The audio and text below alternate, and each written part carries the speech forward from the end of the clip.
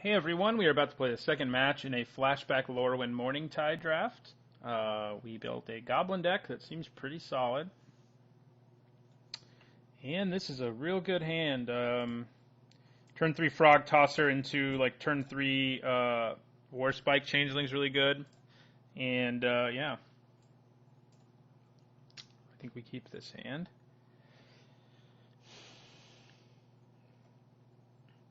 And we can nap some goats now as well. Maybe we'll see an early changeling. Ooh, merfolk. I don't like them. I think I'm actually going to attack into this thing. Of course, we saw a million Judge of Currents, so getting rid of one may not really be worth it. So never mind. We know there's a lot of them out there, so. The merfolk deck, I think, is going to be really strong. Wow. Oh, right, he gets to gain life. Probably should have attacked, I guess. Yeah, I'll take it. He's going to ponder now. So I think we probably just play the larger creature, which is War Spike Changeling, instead of playing like Tar Pitcher, who can eventually get us a win, basically, but yeah. But this deck is a sweet deck. I actually think I played one in the first match last week. I ended up beating them with their fairy deck, mostly because we could fly over all the merfolk, more or less. But it was hard, and their deck, they milled me one game. I think that was the one I recorded. I do not recall. Okay, so now we are going to go ahead and attack. Too bad we don't have our prowl guy already. And then I think we just, like I said, we just play our biggest guy, which is War Spike Changeling. Being able to give him fear could be relevant later, so playing that later makes sense. And Tar Pitcher. There's a Tar Fire ready to kill like the biggest, most problematic creatures of them all. Ooh, wow. That hurts. Oh no, it's a mountain island. It's not only an island. That's a little bit better than I was thinking. For me, it's a little bit better. Beginning of upkeep, top 3. So there's another card to help him mill me. Okay. Well, I think I attack with the War Spike Changeling.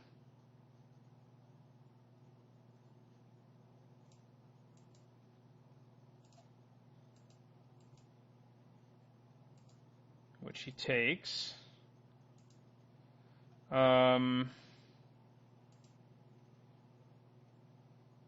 Yeah, for now I think we just play Tar Pitcher and end our turn. Good old goblins. Okay, well he whiffed on his kinship trigger, so that's good for us. That is not that good for us. Yeah, that makes sense. Tar Pitcher's a beast.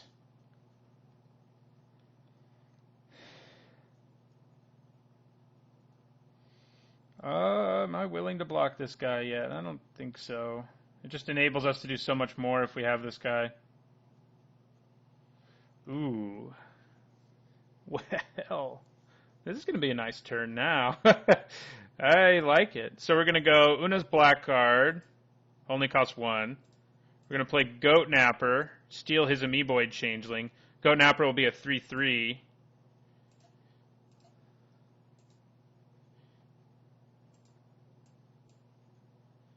And then I think we do swing with everything.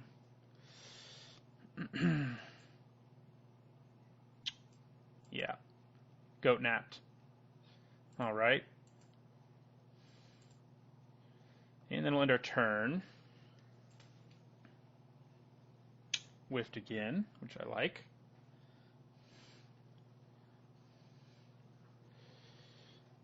Let's draw some more rogues. Giving this fear is going to be pretty strong because it'll make him discard a card.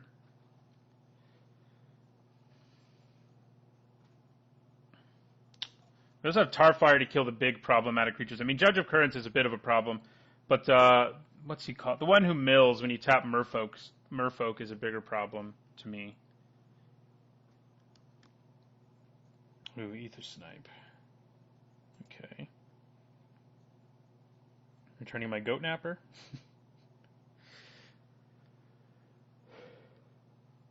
Yeah, what do you return?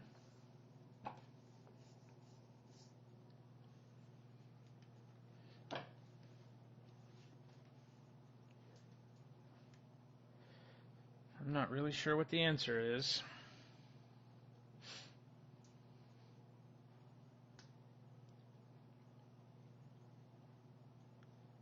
Kind of hope I get to keep my Goat Napper, if only because then I can use Una. I can make him discard a card. Okay, so he's bouncing that. That does mean it's going to come back as a 4/4. So because it is in fact a rogue. So that part I'm cool with. Hello. You're pretty nice, aren't you? You're not a... So I think what we do is we play Spiderwig, Boggart, and give this fear so we can make him discard a card.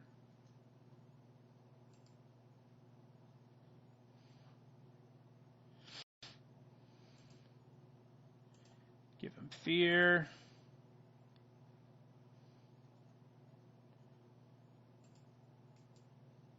Say goodbye to whatever's left in your hand.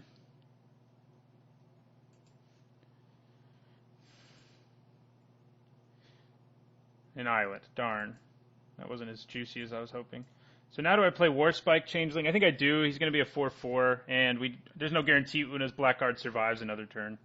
So, yes, we do. You can also give it First Strike, which is great. Oh, I should have attacked with Una's Blackguard, incidentally, but that's okay.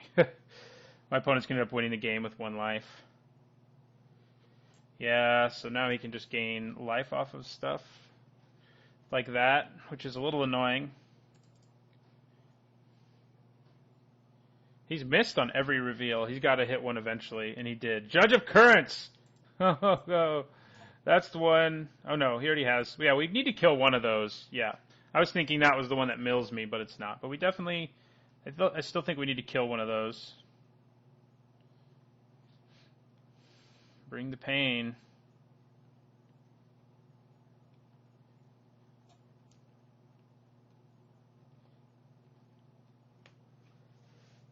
Would not mind my changeling right now.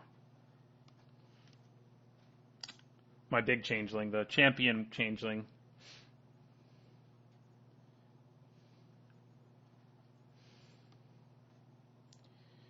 I wish we still had our goblin who's over there, but can't have it all. Okay. Another removal spell. I think I'm going to go ahead and use Tarfire now, because if he wants to gain the life, he has to do it right away. We're probably going to use Violet Pale actually on the Aether Snipe, because it's holding us back. I mean, I guess I could just use Violet Paul on Aether Snipe and then just swing with almost everything. Also get a Fairy in the process. Oh, Fairy Rogue! Oh, shit. That's even better than I thought. Yeah, okay. For now, I think we're going to kill... I think we're going to kill the Aether Snipe for now. Yes. That's what we'll do. So we'll get a 2/2 Fairy token. And then I think we swing with everything. His trades are all ugly once the 4/4 is out of the way. Well, except for our 1/1. It's probably no reason to swing with him, but yeah, I think that's good, I think. Let's do this. I mean, he can do a 1-for-1 trade here, but the rest are all 2-for-1 trades that he can, gain life off of, but it's not a huge deal. Yeah, that's the only 1-for-1 trade he has. This drops him to 3. He can then gain 2 with his dude. What did he put in our graveyard? Oh, fodder launch. Roar the Crowd would have been good right now, too.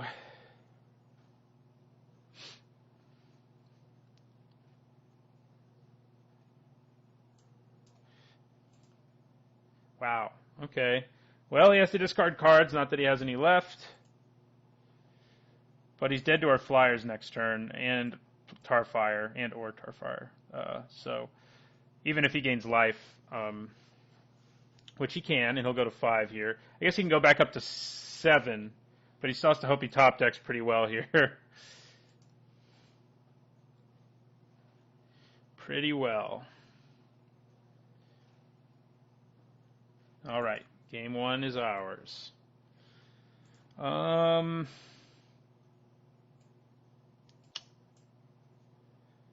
We have one that cares about elves and one who cares about what's the other one? One that cares about elves, and we have one that cares about Kithkin. So that doesn't really help us here. We don't have anything that hates on merfolk a whole lot. Yeah, all right.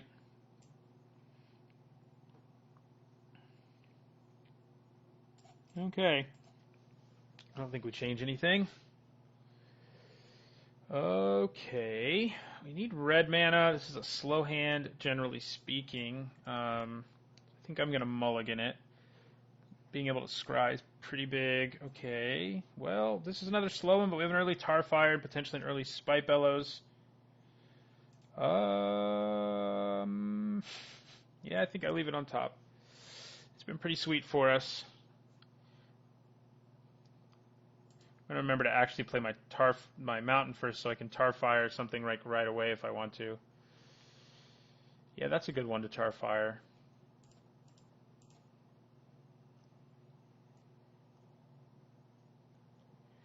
Okay, well, we can at least...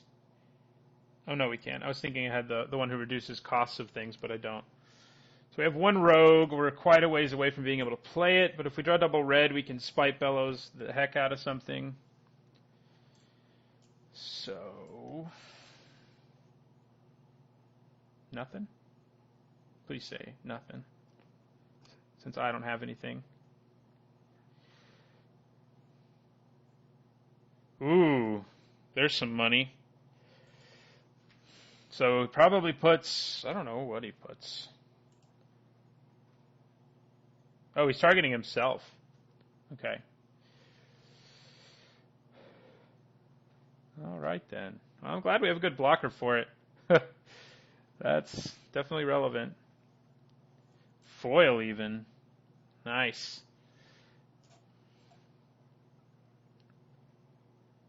Wait, is he targeting me? No, he is targeting me. This isn't being very clear with the visuals alone. So he might take away my 3-drop just because I don't have much else going on. He could also take away my Spite Bellows. Our hand in general is actually pretty good, assuming we continue to draw lands. I mean, this is probably our worst card, actually. So he may be a little less inclined to hit it and want to be thinking about the later game, in which case Dread is like a nightmare. He took Spite Bellows away, okay. Did give us the 3 black we need in the process. Even though we're not going to get any value out of the Boggart, I think we play it now. We'll give this Fear. I mean, do I swing? Yeah, what the hell, let's swing. We can do it. Bam. That's right. Yeah, that click. See, we got some value that way. I mean, the good news is I can block that thing really well with my Blackguard, but we probably start leaving it back now. Although we can block it once and then get it back with Warren Pilferers, so we have that option. Boggart Birthright. Well, then. Okay. Boggart Birthright getting back Tarfire. Was a good draw. Tarfire. The click.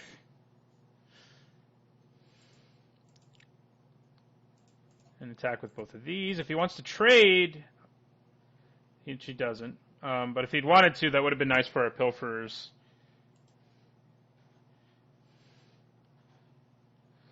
Do we get milled?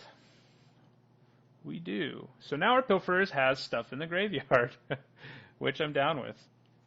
Probably get back Harasser, just because it's so good against this guy's deck.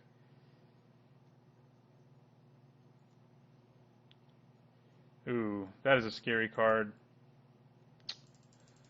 So we're going to play Warren Pilferers, get back Hornet Harasser, which gives him haste. Oh, he's a rogue as well. I kind of forgot about that part. So next turn he can make everyone on his team a 5/5 and hit us for 10. So we need to be a little more careful now. I mean, we definitely attack with our Pilferers. Getting a card out of his hand's relevant, but...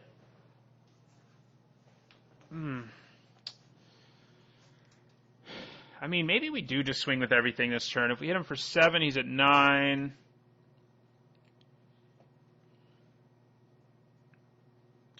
Knocks me down to 5, but then I have Hornet Harasser.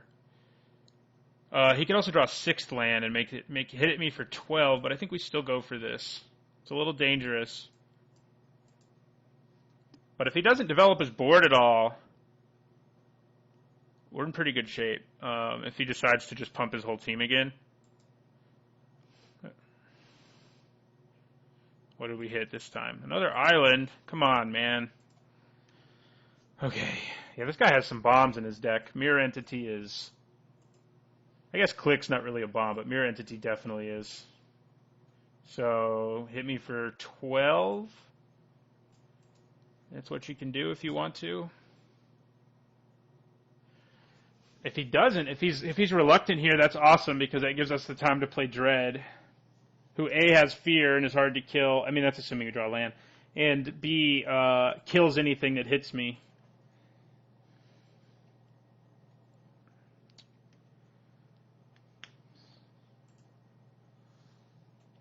Is he going to go for the Haymaker here? The problem is, I can just leave like a blocker back and play a Hornet Harasser and be fine if he decides to pump all his mana into these. Assuming he doesn't have removal. I do need to be a little cautious, but if I have Warren Pilferer's swing and nothing else swing, that means I knock a few cards out of his hand. He can also block really well right now, which is worth noting. So he can. My black card would be all that could attack him, basically, if he leaves his mana up. But if I play Dread, then that's plenty. So he's not going to attack. He's staying on defense. Okay. All right. So we're going to go ahead and swing for 1 damage here. Kapow. Evasion. Ooh. That saddens me. Okay. All right, then. He's looking at the top card of my library. Well, Fairy Rogue, friend, you've done work, but Dewdrop Spy says what's up. Okay, so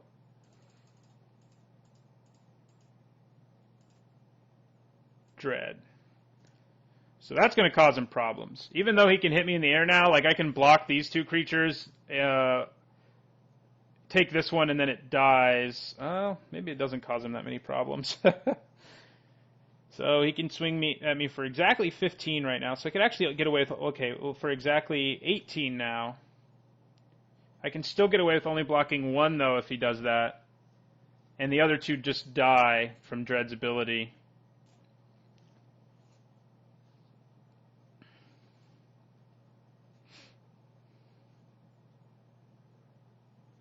Man.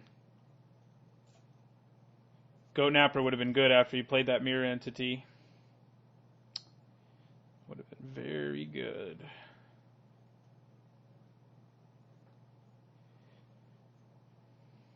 Are you a rogue? You are.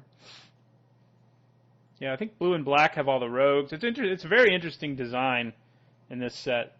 Like, there are classes that have like red and green is mostly where the warriors are, and so there are classes. But then red and green normally in this set. Well, what is red and green normally in this set? Just escaped my memory. But blue and black is mostly rogues. But blue and black is also fairies. But that means that basically any blue tribe, including merfolk, has rogues. And all the black tribes also have rogues.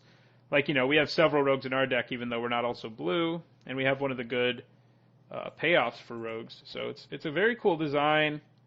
It's probably the best tribal design ever, I think, for a limited format. I mean, we have tribal right now in Shadows over Innistrad, but it's just not.